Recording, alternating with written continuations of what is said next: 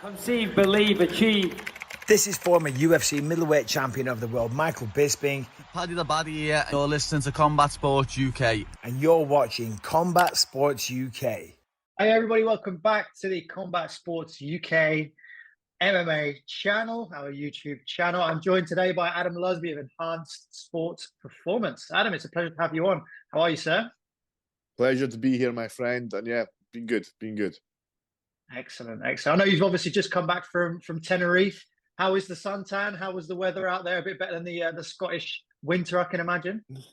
Yeah, slightly better weather in Tenerife. I think it was mid-20s, high 20s every day. So yeah, I was enjoying it. I was sunning myself a lot. I can imagine. So viewers, you may recognize this gentleman from the Enhanced Sports Performance Instagram page, bossing around Paul Craig and other athletes like that, Chris Duncan, Paul Keane, Kunle Lawal as well. So let's just kind of give everybody a bit of a background, a bit more detail about what it is you do and how you came to working with these high performance athletes, boxers and MMA fighters. So I was a prison officer, so quite a different career kind of had before this. I kind of just fell into being a strength and conditioning coach. My brother is a part-time boxing coach, and I'd always been going to the gym and stuff just because being a prison officer can be quite dangerous, so you got to keep yourself somewhat fit. So he asked me to come down, can you show these boxers just the basic lifts, like barbell squat and all deadlift, bench press, these kind of things. So I did that. I enjoyed doing it. I enjoyed kind of the preparation going into that, like figuring out how to teach these guys, how to kind of get the cues and make sure they're understanding it. Yeah, then asked me if I wanted to kind of do a program for the guys. Now I was completely underqualified and I didn't have a clue what I was doing, but I said yes anyway. And then I would find myself coming home from work as a prison officer and going and learning about strength and conditioning and watching all these YouTube channels, all the kind of famous strength and conditioning coaches. And it kind of snowballed from there, essentially. Gave the guys the program, was teaching them, they enjoyed it. Then the owner of the gym just said, look, if you want to do this with other boxers or other guys, you're more than welcome to. So that was when I made the leap from prison officer to strength and conditioning coach. And at start, you do have to take on like general population. I was taking on wives and people who just wanted to lose weight and all these kind of people. But eventually I kind of niched down into just combat sports and into sports in general. I do mainly combat sports, but footballers as well. Okay. And who's easier, the prisoners, footballers, MMA fighters, boxers? Did you kind of, is there a big difference obviously between the lot? Yeah, so I think, to be honest, like being a prison officer, it did give me the ability to be very good at communication in terms of being able to speak to anybody from any kind of background. Because you've got people in there for murder, you've got people in there who maybe financial crimes, you've got all these different ages as well. So I feel like I'm quite adept at being able to speak to and communicate with a lot of people. So that has actually helped me quite a lot in my career as a strength and conditioning coach. In terms of who's the easiest athletes to deal with, it's certainly not the footballers because some of them, not all of them, my guys that I've got are very, very good, but some of them can be a little bit lazy, if I'm honest. But then you've got the kind of opposite problem with the MMA athletes and the boxers. They want to push 100% of the time, all the time. And that's something you've got to kind of learn when you're athletes. You've got to kind of learn when to pull them back and when to push them and how to do that. And it's different from Paul Craig than it was for Stevie Ray when I was training Stevie Ray. They're all very different people. So yeah, they've all got their own challenges. Yeah, that's fascinating. Was just sticking with the journey at the moment, was it always something that you kind of had an idea that it was something you wanted to do and it would be within, you know, you mentioned that you were kind of thinking, oh, it might be general public, but then you niched down a little bit more. Was it always that intention to think, oh, okay, actually, I do see a bit of a niche here? Or was it something that just kind of came along a little bit?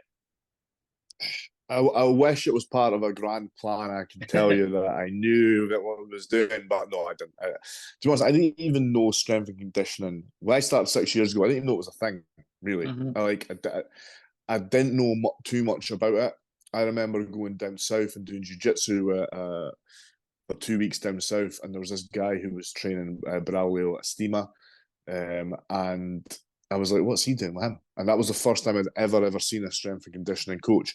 So it wasn't part of his grand plan. I kind of just fell into it. No one in the area I'm from, Dundee, was doing strength and conditioning for athletes. It was all, if they were doing anything, it would be very much bodybuilding and basically doing the things that they shouldn't be doing with athletes. So I've kind of just fallen into this niche, and obviously it does help that I have got a passion. Like my most favorite sport is combat sports. MMA is my favorite sport, followed by boxing. So that has helped me a lot. And there's plenty of avenues I want to go down just off that answer. I think where we'll jump in is kind of the difference is if we keep it to combat sports. Do you have to approach with a big difference the MMA fighters and the boxers? I mean, and then again, the question is, I suppose, is how dependent is it on each individual fighter and each individual fight they've got coming up, and all these kind of different variables? How do you go about navigating that world, really? So I think people overcomplicate it a lot of the times. I think my job is basically number one thing is to get them to the fight unhurt. My thing is injury prevention. There's no point being the most explosive, powerful, strongest athlete in the world if you're injured, right? So number one thing is injury prevention. Then we look at our conditioning, our strength, our power, and we nail those things. If you are a rugby player or you're a fighter, it's still the same. The exercise selection might be different, or it might be different for a footballer than it is from a rugby player, than it is from an MMA player, a fighter or a boxer, but the goal is always the same. And you've got to look at different energy demands of the sport as well, and high risks of injuries to certain areas. But the goal is the same, and people overcomplicate that a lot of the times. In terms of personality, it is going to be very much down to the individual. Like I say, 9 times out of 10, I'm going to have to push a footballer more, just because the culture of the sport is we do one session in the morning and then we don't do anything else. I don't think that is a good way to train. I think if MMA fighters and boxers can be doing 2 sessions a day, a footballer can be doing 2 sessions a day. And it's getting them to realise that, and realising that second session at night doesn't need to be what we call a red session. It doesn't need to be full on. It could just be a bit of mobility. It could maybe be some prehab work on the ankle, on the groin, or the hamstrings. So that is different in terms of different sports. But you'll find MMA fighters as a whole, or I've found, tend to be a little bit more analytical. So Paul Craig's an example of that. He wants to know the whys behind things. He wants to know what we're doing and why we're doing it. He wants things explained in that kind of sense. Now, don't get me wrong, there's other MMA fighters who don't care. But I think that's maybe because of the jiu-jitsu background. We always call jiu-jitsu like human chess. So there is an element of wanting to know the kind of whys behind things. Boxers tend not to care that much. I've not found many boxers that are like that. And there's pros and cons to both. This is not saying that it's better one way than it is the other. It's just that I just need to figure out what kind of athlete you are, and then I need to figure out how to communicate effectively with you.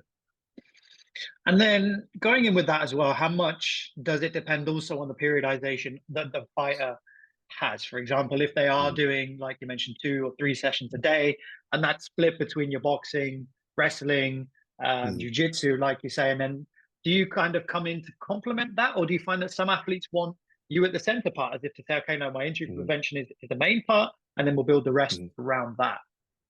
So I always say, well, it's an athlete-centric approach, right? The athlete's in the middle. I always work around the athlete. S&C should never get in the way of your technical training. Okay, I am very much lower on the pole than the technical coaches, right? Because you can't be doing a legs day, for example, and then going in and trying to spar. It would be ridiculous, right? So I got to make sure that I'm not getting in the way of that kind of training, right? So with that, what we'll do is we'll sit down. The first thing I'll do, so I've obviously just got Kunle's now with me. So Kunle and me will sit down next week and we'll look at his timetable. What does his timetable look like? How many sessions is he doing per day? But also, what's the intensity of those sessions? We always go through what's called a traffic light system. Green, amber, red. Is it an easy session? Green, amber meaning so-so, and obviously red meaning it's full on. And we'll have a look at those and see where it's best for Kunle to work with me. What days is best? How we're going to work around that. And that's another thing that's good, is if you have a communication with the head coach. So Kunle's head coach is obviously James Doolan. James Doolan and I got on very well, and I can speak to him and be like, what's Kunle needing to work on? What's Paul Craig needing to work on? What's so-and-so? What's Sean Clancy needing to work on? All these different people. And me and James can have a back and forth about that. Or James can maybe say to me, Adam, he's looking a little bit tired. and I'll be like, right, I'll pull back that session the day before so he's not fatigued for your technical session. So it's an athlete-centric approach, but you've got to be being able to communicate with all the other different pillars, whether it be the mindset coach, the head coach, or the nutritionist, whoever it is. There must be communication within all of them. And then another thing that interests me quite a lot as well is sometimes you find that the coaches almost kind of become a little bit of a therapist, right, to the athletes, and you get kind of quite a lot out of them from the mental side of it as well, especially when you're pushing them in a red zone, and then afterwards you can talk through various things. I know obviously Jason Perillo, he's a boxing coach, but I remember him Bisping talking about it quite a lot. Do you find yourself kind of in that situation then? And if so, kind of how do you manage that side of it as well? Do you kind of see yourself as there to listen to the athletes as well as help them out with their body, so to speak? Yeah, absolutely. Like, as you train more with an athlete, you will get closer to the athlete. That is just essentially how it goes. 9 times out of 10, you're going to get on with the athlete. You're going to become friends with the athlete. Therefore, they're going to tell you more things about maybe their personal life and stuff like that. Now, I have had it come to a point where it's actually become a little bit of a hindrance to the training because we're so pally-pally that we're just talking about his home life. And then I'm like, we've actually not done much work here. So you need to kind of structure the training plan. I like doing supersets in that case. So we'd do maybe bench press into something, straight away into something else. And then there's a rest period we can talk about something, or afterwards if we're doing some stretching, then we can talk about whatever they need to talk about. But there is definitely that kind of element to being a coach, and you've got to know how to deal with it, and you've got to know how to speak to people. Likewise, you've got to know how to motivate these people. If some people like being shouted at, I don't, and I know some fighters don't like being shouted at. Some fighters like to be encouraged, saying you're doing well, keep it going. Whereas other ones want them to get in their face and start screaming and shouting at them. You need to figure out what one's what, and that's an essential part of being a strength and conditioning coach, and to be honest, being any kind of coach or any kind of teacher like yourself. Yeah, no, absolutely. And I kind of like yourself as well, and the rest of your family, as we mentioned off camera there, you kind of pick up these tricks of the trade almost. You can't teach things like that, right? I want to jump in with Paul, have a quick chat about Paul, because I think his case is particularly interesting because of public nature is probably the wrong way to say it, but the nature in which he came down from light heavyweight to middleweight. And he made it very public knowledge that he went to the PI, did a test cut, and they found that it's actually something that worked out. For kind of, what's your insight on a move like that, and kind of, I don't know what experience you had with Paul going through that? Kind of talk us through that a little bit. So we're in Rio, and they just lost to Johnny Walker. And I remember taking a picture of him and Johnny Walker afterwards, and then I just sent it to my dad, and I was like, this is not the right weight division for him. The size difference was enormous. Johnny Walker absolutely dwarfed him. So we sat down, we were like, right, let's try and put on some more size. But to put on size without taking steroids, with being Paul's age the way it is, with him being the build the way he is, and also the fact he's a vegetarian, makes it nigh on impossible. It's extremely, extremely hard. So we tried to do it. We maybe put on 1 or 2 pounds, and then we're like, that's not going to cut it. So then we're like, right, let's look at it another way. Can we go down? Paul, before going down to middleweight, we never really done too much of a cut. Like, he would do a little bit of a water cut and maybe lose 2 kilograms. And that's nothing for Paul, for a size Paul is. So we're like, right, let's do a test cut, and let's kind of make it quite rough and ready. Like, there was no, like, we didn't have his nutritionist on board, Lee Rickards at the time, who's brilliant at doing weight cuts. It was just me and him in his sauna beside his house, and then we were just going to do it in his bath, and we were just going to grill it and see how it went, right? And we got him down to the weight, right? So we were like, well, we now know that you can get down to that weight, not the optimal conditions and not the optimal way. Let's see what happens now when we bring in all the experts like Lee Rickards, when we go over to the PI and they give us some advice. So that's what we did. Flew over to the PI, got their advice, and we're like, yeah, you could definitely make middleweight, you're undersized light heavyweight. And like, if you look at what Paul done, I think he got ranked maybe 6th or 7th in light heavyweight division, and being essentially a middleweight doing so, that's very, very impressive. Yeah, no, it's extremely impressive, and yeah, I think a lot of us thought the same when he came up against Johnny Walker. I mean, Johnny Walker's an absolute monster. I've seen him walking around in real life at an octagon show, and yeah, and it's fascinating because for it to be so well managed like that, right? So well managed, and I want to kind of dive in a little bit with the PI and just how much of a benefit that was to not only yourself but also to the athlete as well. How great was it to be able to get the insights from there, and kind of what, I mean, if you can say, obviously, if you can't, we understand, but what procedures did they put Paul through to test out this theory, other than going in the sauna with yourself, obviously? So yeah, the UFC Performance Institute is something that really sets apart the UFC from other combat sports, including boxing. It's levels above what anyone else has got. And I know I speak to a lot of boxing S&C coaches, and they wish they had something like the UFC Performance Institute. It's an unbelievable facility with unbelievable coaches inside it. So what we do is we go over and they basically sit down and they say, look, what are your goals? So our goals were, look, can we make this weight? Can we make it safely? How do we go about it? But we also wanted to get the kind of physical testing done as well. So that's the kind of your 5 days is set out from them. You then go for this test on one day, it'll be like maybe an aerobic test. The next day you've got kind of what we call an alactic power test, how powerful you can be. You've got your next strength test, which Paul's got the record on now, I think. And we go through a barrage of testing, as well as your fat calipers get done. I'm pretty sure you get put in some kind of DEXA scan where it scans your bone density, your fat, and basically figuring out, yeah, can you safely make this weight? And then you work with them as well. So we've got a nutritionist, Lee Rickards. He can contact the UFC PI at any time and get the data from them. Myself, I can contact Gav Pratt, who's the head of strength and conditioning over there, and get the test results, and they formulate a report for you and hand it out to you. But it's probably one of the best things UFC have got, and I know they've got one now in Shanghai, they've got one in Mexico City, and they're going to be building one in Abu Dhabi at the end of the year. And I'm trying to get Chris Duncan across there as well, because the knowledge these guys have and the data they have is amazing.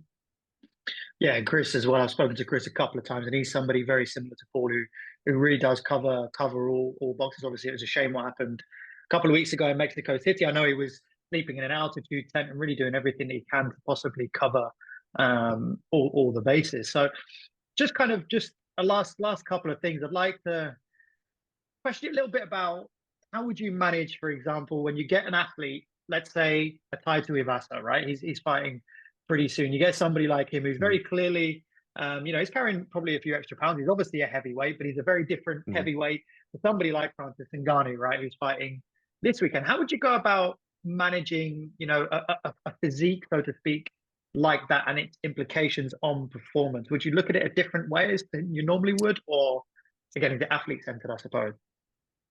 That's a tricky question, because Tai Tuivasa, for the way he looks, he's still a UFC caliber fighter. Now you put him on the street and you'd be like, oh, he's completely out of shape. He's clearly not.